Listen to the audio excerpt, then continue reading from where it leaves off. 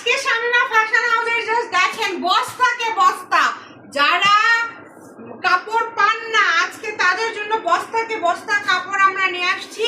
এগুলো আমরা একটা একটা করে বস্তা খুলে বাছাই করে ভিডিও আপলোড করে দিব। জাস্ট এত সুন্দর সুন্দর কাপড় আসছে যে কি বলবো, দুই একটা আসলে যদি না দেখায় আপনারা বুঝতে পারবেন না।